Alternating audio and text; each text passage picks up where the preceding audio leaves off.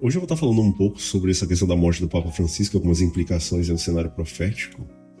Assim, por mais que dentro de uma teologia assim, bíblica, escatológica, a morte de um Papa não faça assim, tanta diferença, algumas linhas faz bastante diferença essa questão da morte de um Papa, né? Principalmente quando se olha ali, Apocalipse 17, a partir do versículo 9. Né? Então, basicamente, o que acontece? O Papa Francisco morre, então de AVC, a insuficiência cardíaca, aí, por volta desse dia 21, agora. E aí, aos 88 anos, ele falece, então, no Vaticano. E foi reconhecido como o primeiro Papa latino-americano que deixou um legado de tolerância e de diálogo. Então, foi um Papa bastante voltado a essa questão ecumênica, de ligação não só da Igreja Católica, com vários movimentos, tentando, de certa forma, esse diálogo, essa tolerância, é algo que papas anteriores talvez não tivessem feito com tanta proeminência. Agora que ele morre, uma série de implicações começam a aparecer, porque um novo Papa será escolhido e provavelmente nessa contagem tá, dos 7 reis aí de Apocalipse 17, a coisa também mude um pouco. Óbvio que tem linhas interpretativas ali dessa profecia, né? Só olha lá o capítulo 17. A partir do versículo 9, quando vai estar mencionando a questão do seguinte, né? Porque o anjo ele já começa a explicar ali para João que de fato basicamente vai dizer assim, ó, aqui está a mente que tem sabedoria, né? 7 cabeças são 7 montes nos quais a mulher está sentada. São também 7 reis, dos quais 5 caíram, um existe e o outro ainda não chegou, e quando chegar tem de durar pouco. Essa parte aqui da profecia, ela provavelmente não será compreendida ainda em sua íntegra, porque os eventos ainda não ocorreram de uma forma indicativa, né, dessa questão. Não foi reconhecido ainda nesse sentido. Porque o que acontece, tu tem aí a partir de 1929, então o papado recebendo os 44 hectares lá do Vaticano, e recebendo também o domínio não só como líder religioso em si, mas como um líder político, né? Porque agora ele controla um estado, que seria o estado do Vaticano. Então seria o menor país do mundo, e o Papa então como líder político e religioso ao mesmo tempo. Aí isso faz sentido porque, de fato, olhando aqui essa interpretação do anjo, né? Ali não tem como interpretar a interpretação. Então o que acontece? Aqui está a mente que tem sabedoria. As 7 cabeças são 7 montes. Então as cabeças são simbólicas, mas os montes são literais. Os montes ali que formam então a cidade de Roma. Não, o Palatino, o Estrino, Viminal, Célio, entendeu? O Aventino. Tem lá os montes, é o nome dos montes, nos quais a mulher, que em tese é a igreja romana, está sentada. Então você tem ali estabelecida a Igreja Romana, Católica Apostólica Romana, nessa região específica geográfica dos 7 montes, mas o anjo também fala, são também 7 reis, então aqui as cabeças, lembrando que cabeça em profecia, de acordo com Daniel 2, né, quando fala do texto ali de Nabucodonosor, o sonho dele em específico, Daniel interpretando já diz, ó, tu és a cabeça de ouro, então aqui falando que um indivíduo seria representado por uma cabeça. Então se são 7 reis, seriam 7 líderes. Se são 7 cabeças, são 7 líderes. Tá? Então não tem como burlar essa questão, porque aqui não tem como interpretar a interpretação já dada. Então as cabeças são simbólicas, mas os montes são literais. Se os montes são literais, os reis também são literais. Então são 7 reis. Não tem como fugir, infelizmente, disso aqui. Então aí, no caso, a morte de um papa, que é o líder essencial da Igreja Católica, faz diferença sim dentro dessa contagem aí dos 7 reis. Então tem algumas profecias nesse sentido aqui voltadas a isso, e linhas interpretativas que também trabalham nisso, assim, linhas bem voltadas assim, ao submundo, digamos assim, da religião cristã. Assim, um gato pingado meio que está estudando essa questão, entendeu? Então os 7 reis de Apocalipse 17, aí tem um 8º, que é, no caso, não só a besta, mas também o último rei. Então, inclusive, lá no Apocalipse, quando vai falar ali no verso 11, né, a besta que era e não é mais, é também o 8º rei, mas faz parte dos 7 e caminha para a destruição. Então aí a partir de 1929, que foi quando o Papa de fato se torna rei, se conta aí de 1929 até atualmente, né, aí por volta de... Tem vários papas, né, começando lá com Pio XI, a partir de 1922, Pio XII aí contado aí de 1939 a 1958, João XXIII, que seria a terceira cabeça, o terceiro líder, de 58 a 63, né, 1900. Você tem o 4º, que é o Paulo VI, de 63 a 78, João Paulo I, que reinou aí por 33 dias, né, por volta aí de 1978, João Paulo II, de 78 a 2005, lembrando que esse aqui ele foi ferido de morte, por volta de 1981, então aqui você tem João Paulo II, Bento XVI, que seria a 7ª cabeça, só que lembrando, ele renuncia, entra o Francisco, agora o Francisco morre. Entendeu? E o próprio Bento XVI, em 2022, tinha morrido. Então aqui fica um local vago. Quem seria então essa sétima cabeça nesse sentido? Contados a partir aí de 1929, contados a partir de Pio XI. Então aí você tem, seria esse novo Papa agora que vão escolher. Então faz diferença dentro dessa interpretação, essa questão simplesmente da escolha do Papa, porque aí, em tese, se está na sétima cabeça, continuaria então esse legado aí se esperando o oitavo rei, que seria não só a besta, mas também um líder que procede do sete. Daí alguns acreditam que provavelmente seja a ressurreição de João Paulo II. Assim como o Papa tenta imitar todos os feitos de Cristo, né, em tese aí, o Papa foi herido de morte, ele ressuscita, e aí simplesmente toda a terra se maravilha, então seguindo a besta, seguindo o papado, porque ele provou, entendeu, o poder que tem. Então seria aí um dos sete que vai à perdição. Seria João Paulo II. Lembrando que assim, a profecia é aberta.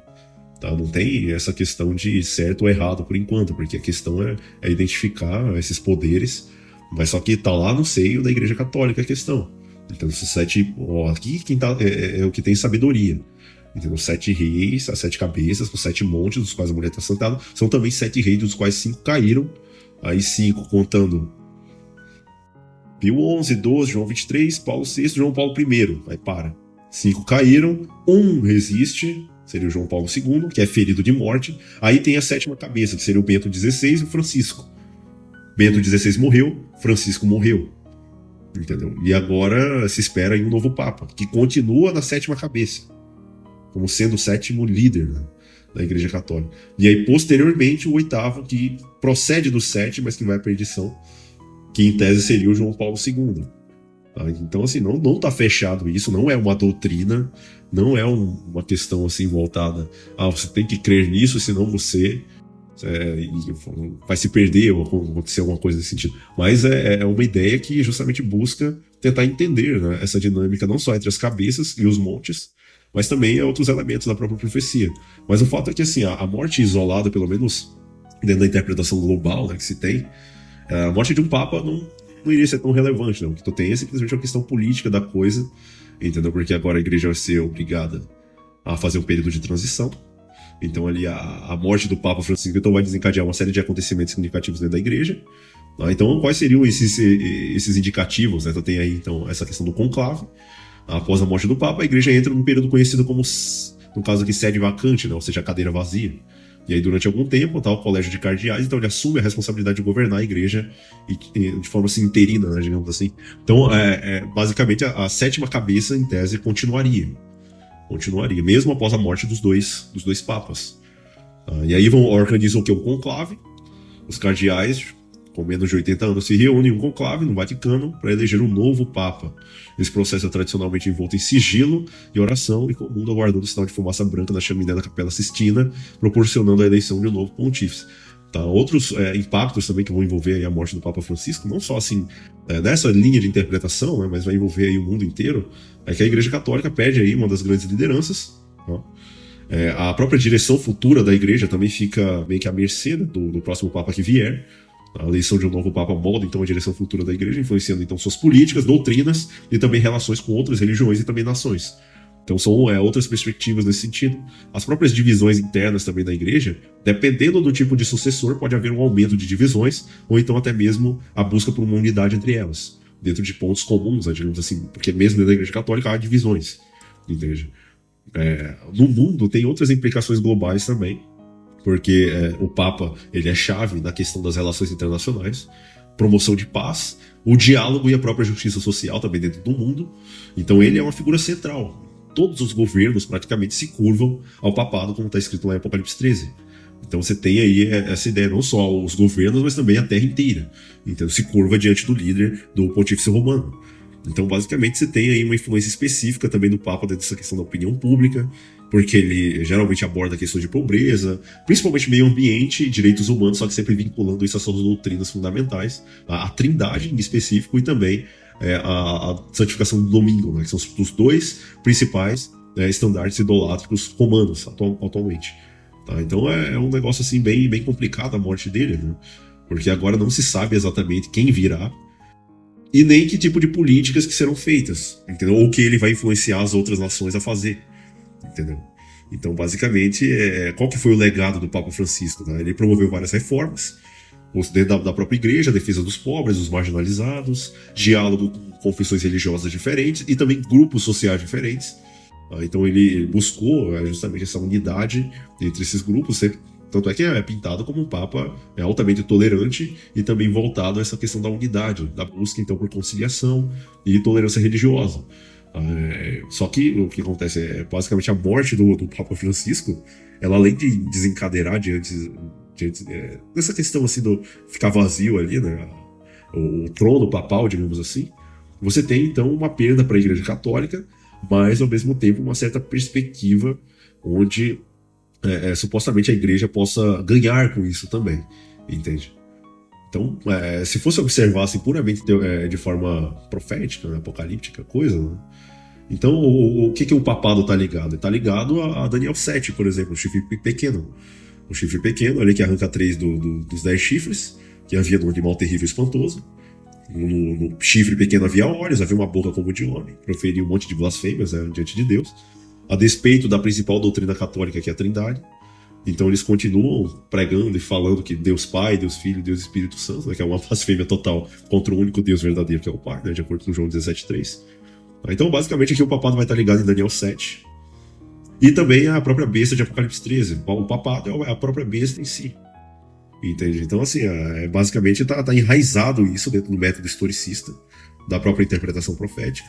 Não tem necessariamente como estar refutando isso, porque é a história, e a história vai relatar essa questão do poder político e religioso, não só assim de como o poder papal controlou o próprio Império Romano, mas também os reinos bárbaros posteriores, né, que fariam parte ali representados pelos 10 chifres, né, os vândalos, visigodos, trogodos e outros. Né? Se bem que 3 deles caíram, foram mortos por causa da tal doutrina da Trindade. Tá? Então é uma questão complicada, mas é interessante estar vendo. No próprio período de 1260 anos, ou dias, que é mencionado tanto em Daniel, na forma de 42 meses, como também essa questão da perseguição papal, né, durando aí até 1798. Então, basicamente, você tem justamente um período de supremacia total seguido de perseguição, que culmina aí no cativeiro do Papa, que já foi explicado quando ele perde os poderes, né, ferido de morte, dessa questão aí em 1798, quando então ele é preso pelas forças de Napoleão. Um evento aí considerado como uma ferida mortal mencionado em Apocalipse 13, né, a partir do verso 3, quando vai dizer que a Igreja Católica foi ferida então de morte, que o papado perdeu ali totalmente os poderes. Mas, algum tempo depois, ele recupera tudo isso, né? Por volta de 1929, Tratado do Latrão, por Benito Mussolini. E aí a cura da ferida já começa. Entendeu? E o que seria essa cura? Quando a igreja recupera todos os poderes medievais que ela tinha, sobre a consciência individual das pessoas e o uso total dos estados ao seu bel prazer. Entendeu? Então, vai usar os Estados Unidos, França, Alemanha, Inglaterra, todos os países alinhados, naturalmente, à política papal. Entendeu? Então, assim, é relevante, ao mesmo tempo, a morte do Papa, mas dentro dessa macro-interpretação que você tem, nem tanto. Tá? Mas só que tem implicações. Tem implicações para isso daí, porque a ferida mortal ela é curada, ela começa a cicatrizar então, a partir do século XX. O surgimento então, dessa influência global do papado, inclusive até mesmo na queda do comunismo, né, em 1991. E a sua própria ligação, né, com os jesuítas e também outros tipos de sociedades secretas, de banqueiros e também outras coisas mais que vão influenciar a OMS, influenciar outras organizações, a própria ONU também, fica de joelhos diante do papado, diante do governo americano. Então é esperar aí o pior. Então se o pessoal reclamou desse Papa, tem que prestar atenção no próximo, entendeu? Porque é um sinal dos tempos. Embora a morte de um Papa ela seja um acontecimento natural, no contexto escatológico no geral ali, dentro da narrativa do fim dos tempos, temos aí a influência do papado. E isso daí desempenha um papel significativo nos eventos finais da história da Terra. Então, basicamente, o Papa individualmente ele não é importante dentro de algumas linhas, mas para outras é essencial saber quem é. Tanto é que foi mostrado aqui Apocalipse 17 a partir do versículo 9. Entendeu? A eleição de um novo Papa significa a continuação desse poder e ainda em última análise levará à imposição então, global. Né? Se eles conseguirem cumprir de fato o que está escrito naquela encíclica e forçar os governos ou convencer os governos a cumprir aquilo lá, vai ter um domínio mundial, né? Todo mundo ligado, unido na Trindade, que é o Deus deles, Deus Pai, Deus Filho, Deus Espírito Santo, entendeu? Todos unidos nisso daí, As próprias religiões pagãs também não têm dificuldade nenhuma em aceitar uma trindade, porque elas já adoram 3 deuses em um e um em três. Né? Se dirá a Índia e outros países extremamente politeístas. Né? Os únicos que, em tese, não se curvariam seriam os muçulmanos, mas eles também são um braço católico, por causa da Virgem Maria e também até mesmo dos escritos do Antigo Testamento. Então também não haveria assim, uma grande dificuldade em tentar convencer eles a aceitar a trindade e aceitar o dia de domingo como sendo o dia santificado por Deus e ordenado assim pela igreja a se guardar. Né? Dia de domingos e festas, que nem está no catecismo. Então, assim, basicamente, a morte de um papa não tem, assim, pelo menos não tem mudança geral nenhuma numa profecia generalizada, assim, a partir do livro do Apocalipse. Só que ali no capítulo 17 tem que ficar esperto, tem que ficar de olho, entendeu? Tem que ficar vigiando, tem que estudar, tem que saber, ó, morreu um papa aqui, mas quem será o próximo? Entendeu? Que tipo de políticas que vai implementar? E o povo tem que se preparar, porque é a chance que Deus está mostrando para justamente o pessoal ler o cenário e saber o que tem que fazer, entendeu? Óbvio que você não vai olhar só para o Papa, tem que olhar o governo americano, tem que ver as políticas que eles estão realizando, tem que ver também o governo ali na Palestina, entendeu? Os árabes, os muçulmanos também, entendeu? Esse contexto geral tem que estar sendo lido e acompanhado, ao mesmo tempo em que se tenta ver aquilo, enxergar os possíveis desdobramentos disso na Bíblia, entende? Então, assim, basicamente, a eleição do Papa, ela significa a continuação, então, do poder, tá? Então, essa questão é importante. E, além disso, algumas perspectivas também podem mostrar que esses eventos são uma oportunidade para compartilhar essas ideias. Tá? Então, basicamente, aí você tem essa relação, essa advertência de não adorar o papado. O Apocalipse 14 é muito claro nessa questão. Vou só dar uma olhada lá no Apocalipse 14, porque, de fato, se for observar a coisa, a partir do versículo 6, né, quando fala ali, vi 4 anjos em pé. Né? Aqui é o capítulo 7, mas no capítulo 14, a partir do verso 6, ela fala: vi outro anjo voando pelo meio do céu, tendo o evangelho eterno para pregar aos que habitam na terra, e a cada nação, língua, tribo e povo, dizendo em grande voz: temam a Deus e deem glória. Todo mundo sabe que esse Deus aqui não é a Trindade. Esse Deus aqui é o Pai, né? Criador dos céus e da terra. Graças te dou, ó Pai, Criador dos céus e da terra, porque não revelaste isso a pequeninos, mas revelaste no caso, foi Jesus falando ali da revelação de Pedro. Né? Ele recebeu: tu és o Filho de Deus, e isso não foi revelado por carne e sangue. Então, graças a Deus, o Pai, que é o Criador dos céus e da terra, é o grande legislador. Então tem que temer a Deus. Né? Paulo, em 1 Coríntios 8,6, muito claro: né? Todavia, para nós há um só Deus, o Pai, de quem são todas as coisas, nós por Ele e tal, e um só Senhor, né? Jesus Cristo. Então aqui, bem claro, tem que adorar. Adore que fez o céu, a terra, o mar e as fontes das águas. Toda pessoa que você vai ser selada ali com o selo da besta, né? Receber a marca, o sinal da besta, ela não vai estar adorando aqui. A única mensagem aqui que manda adorar é essa daqui: adorar ao Pai. Só que o mundo inteiro vai adorar na Trindade, como está escrito lá no Laudato Si do Papa, encíclica. Entendeu? Toda a solidariedade global ela deve ser uma espécie de imagem da solidariedade existente entre as 3 pessoas da Trindade, né? Deus Pai, Deus Filho e Deus Espírito Santo. E aí toda pessoa que se unir naquilo vai estar adorando o papado. E, como diz no Apocalipse 13, se você adora o papado, você está adorando o dragão diretamente. E não o Pai, né? Aqui é a adoração do Pai. Né? Temam a Deus e deem glória, porque é chegada a hora do seu juízo, e adorem o que fez o céu, a terra e o mar. As outras mensagens aqui, né, a partir do verso 8, ela não te manda fazer nada, é só para tu saber. Entendeu? O que tu não pode fazer é adorar o papado. Entendeu? É entrar em conluios, entendeu? Nessa questão da guarda e santificação do domingo, que não está escrito na lei de Deus isso, de acordo com o Êxodo 20. É o sábado que tem que ser observado. E essa questão de adorar o Pai, e não a Trindade. E não 3 deuses em um ou um em 3, né? Que é um conceito absurdo. Então, assim, a única mensagem que manda de fato adorar o Pai é essa aqui. Tá?